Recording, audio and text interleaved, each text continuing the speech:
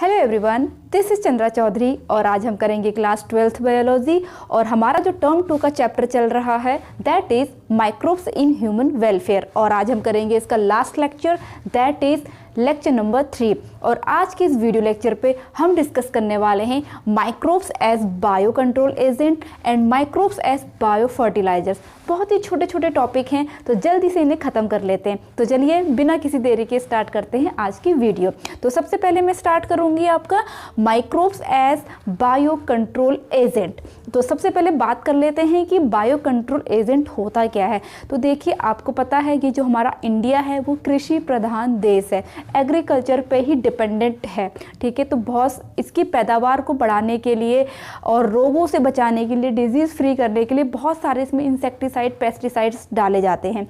तो कहीं ना कहीं वो इनडायरेक्टली हमारे लिए ही नुकसानदायक है, बिकॉज जो भी हम इंसेक्टिसाइड, पेस्टिसाइड्स में केमिकल्स यूज़ कर रहे हैं वो उस प्लांट के अंदर जा रहे हैं, फिर वो प्लांट को जो भी खा रहा है वो उसके अंदर जा रहा है। जैसे आपने फूड चेन आपने पढ़ा है टर्म, ठीक है, तो फूड चेन में वो केमिकल्स जमा होते जा रहे हैं जिसे हम बायोलॉजिकल मैग्निफिकेशन कहते हैं। आई होप ये टर्म से आप वाकिफ़ होंगे।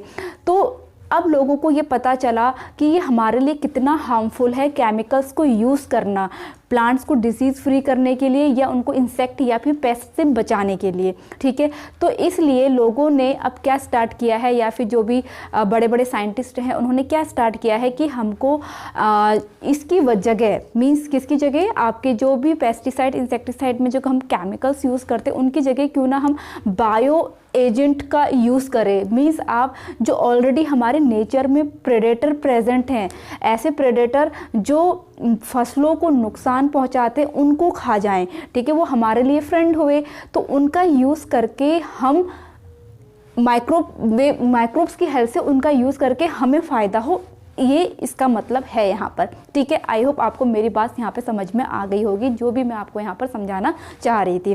तो देखिए यहाँ पर कुछ हम पढ़ लेते हैं क्या चीज़ें हैं।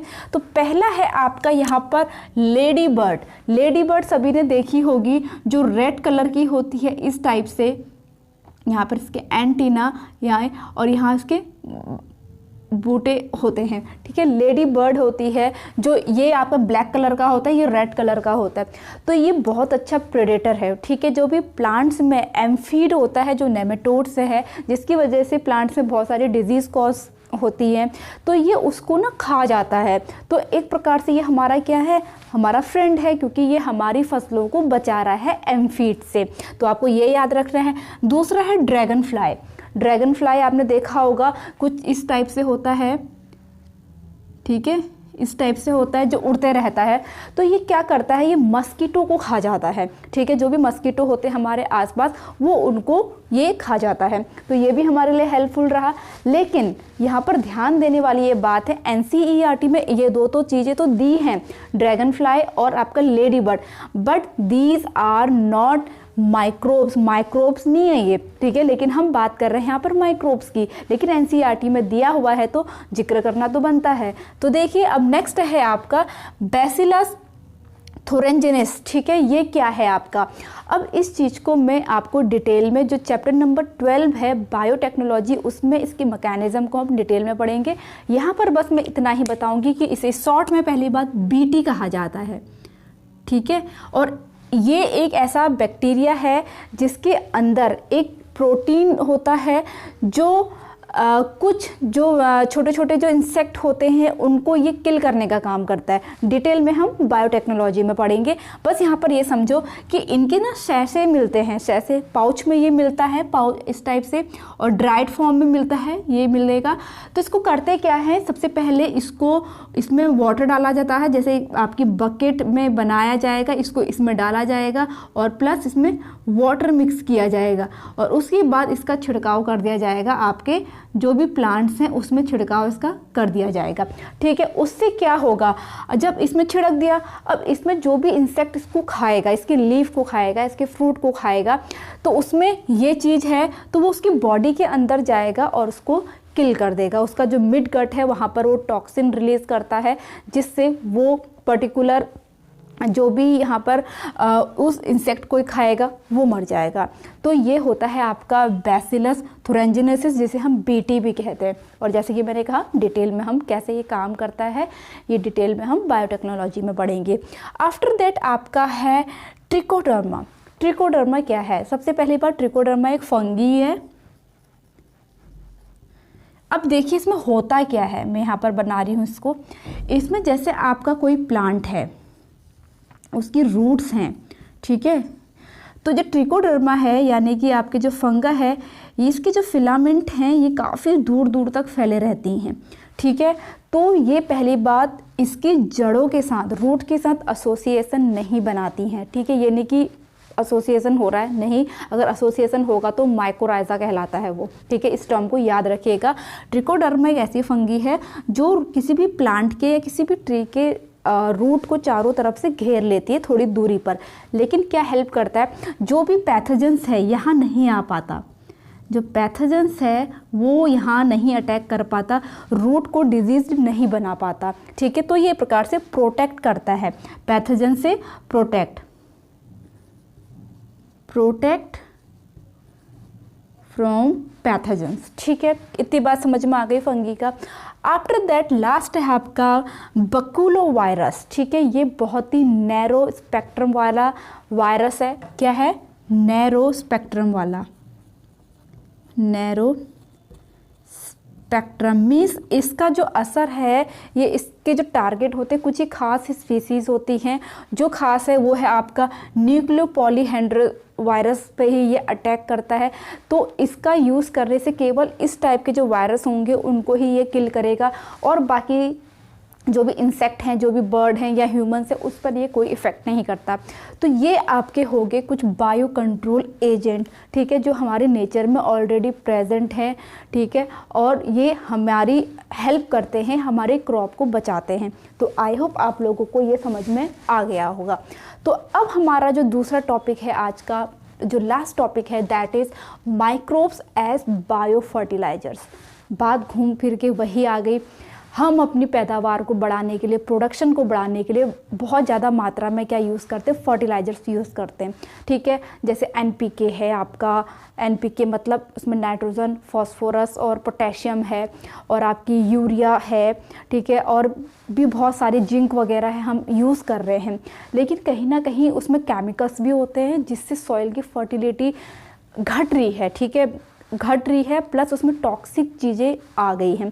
तो उन चीज़ों से बचने के लिए लोग अब स्विच कर रहे हैं ऑर्गेनिक फार्मिंग की ओर, ठीक है, क्योंकि वो ज़्यादा हेल्दी है।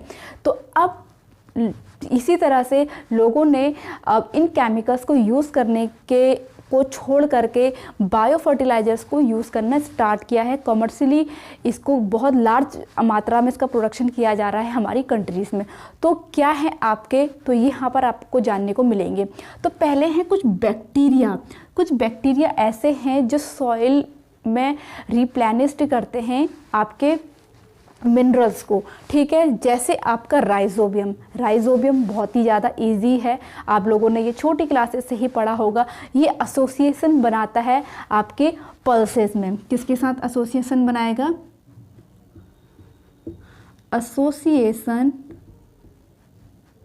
विथ पल्सेस या फिर लेग्यूमिनस जो होते हैं, उनकी ये रूट में रहता है, नोड्यूल्स में रहता है, जो एटमॉस्फेरिक नाइट्रोजन को अमोनिया में चेंज करके देता है। क्योंकि आपको पता है जो प्लांट्स होते हैं वो नाइट्रोजन को डायरेक्टली नहीं ले पाते हैं एटमॉस्फेयर से, तो उसको किस में कन्वर्ट करके देगा? ये इसको कन्वर्ट करके देगा NH3 में, ठीक है, समझ में आ गया। तो ये एसोसिएशन बनाएगा। जबकि दूसरे आपके बैक्टीरिया हैं एजोटोबैक्टर या एजोस्पेरालियम। ये क्या होते हैं? ये सैशे में मिलते हैं, ड्राई फॉर्म में मिलते हैं। इनको वाटर के साथ मिला के या किसी सीड के साथ मिला करके इसको पर्टिकुलर खेतों में डाल दिया जाता है, जिससे आपके जो भी मिनरल्स होते हैं आपके वो दोबारा से रिप्लेनिश्ड हो जाते हैं। तो ये काफ़ी सेफ तरीका है, इसमें कोई साइड इसके इफ़ेक्ट नहीं है, कोई केमिकल सब्सटेंस इसमें नहीं है, ठीक है। आई होप ये भी समझ में आ गया होगा, एजोटोबैक्टर और आपका एजोस्पाइरिलम, ठीक है। आफ्टर दैट है आपका साइनोबैक्टीरिया। साइनोबैक्टीरिया क्या होते हैं? साइनोबैक्टीरिया होते हैं ब्लू ग्रीन एल्गी, जो फोटोसिंथेसिस की प्रोसेस को करते हैं। ठीक है, तो ये आपके क्या होते हैं, नोस्टॉक, एनाबीना और आपके ओसिलिटोरिया, ये एग्जाम्पल्स हैं जो आपकी बुक में दिए हैं और आपको लर्न भी होने चाहिए। ये भी आपके हेल्प करते हैं, खासकर जो आपके पैडी होते हैं, पैडी मतलब आपके जो राइस मिलता है जिससे हमें, तो वहाँ पर ये बहुत हेल्पफुल करते हैं, सॉइल में ये न्यूट्रिएंट्स को रिप्लेनिश करने का काम करते हैं। उसके बाद नेक्स्ट है आपका फंगी। फंगी आपका माइकोराइजा, जैसे कि अभी मैंने थोड़ी देर पहले बताया, ये एक एसोसिएशन है। जैसे आपका एक कोई प्लांट है, ठीक है, ये उसकी रूट्स हैं, तो ये जो आपका फंगी है वो इसके साथ ऐसे एसोसिएशन बनाएगा, ठीक है, और इसके जो फिलामेंट है ना काफ़ी दूर दूर तक होते हैं। तो क्या करता है, जो ये माइकोराइजा है, यही क्या है, एसोसिएशन क्या कहलाता है, माइकोराइजा कहलाता है ये एसोसिएशन। ठीक है, तो यहाँ पर ये क्या करेगा, दूर दूर तक इसके फिलामेंट्स फैले हुए हैं, तो ये मिनरल्स को देगा इस प्लांट को, खासकर जो फॉस्फोरस होता है। ठीक है, फॉस्फोरस को एब्जॉर्ब करके ये किसे देगा, प्लांट को देगा। बदले में ये प्लांट इसको क्या देगा, ग्लूकोज देगा, खाना देगा। भाई सिम्बियोटिक रिलेशनशिप यही तो है, म्यूचुअल बेनिफिशियल होती है, जो जिसमें दोनों एक साथ रहते हैं, दोनों को फायदा होता है। ठीक है, तो फॉस्फोरस दे रहा है प्लांट को, मिनरल दे रहा है, और भी मिनरल्स देता है, बट ज़्यादा आपको फॉस्फोरस देता है। उसी तरह प्लांट उसको ग्लूकोज दे रहा है, खाना दे रहा है। ठीक है, अब पर्टिकुलर इस फंगी का अगर मैं नाम बताऊं, जिस जिनस से ये बिलोंग करता है उसको हम कहते हैं ग्लोमस। ठीक है, इतनी बात समझ में आ गई। तो ये आपके बायो फर्टिलाइजर्स हैं जो हमारे नेचर में प्रेजेंट होते हैं और जिनके यूज़ करने से हमारी सॉइल की फर्टिलिटी बढ़ती है, बट साथ ही साथ इसके कोई भी साइड इफ़ेक्ट नहीं होते हैं। तो सभी लोगों ने इसीलिए इस पर स्विच किया है और बहुत लार्ज स्केल में इसका कमर्शियली प्रोडक्शन हो रहा है इंडिया में। तो take a screenshot. I hope आज की जो वीडियो लेक्चर है और लास्ट वीडियो थी ये इस चैप्टर की, आप लोगों को अच्छे से समझ में आई होगी, चैप्टर अच्छे से समझ में आया होगा, तो मैं यही आशा करती हूँ। अगर वीडियो अच्छा लगा हो तो please hit the like, leave the comment, subscribe to my channel and press the bell icon. मैं मिलूंगी अपनी नेक्स्ट वीडियो में नए चैप्टर में, जो चैप्टर नंबर 12 है, दैट इज़ बायोटेक्नोलॉजी। तो तब तक के लिए stay tune, stay healthy, stay connected. Thanks for watching, bye bye.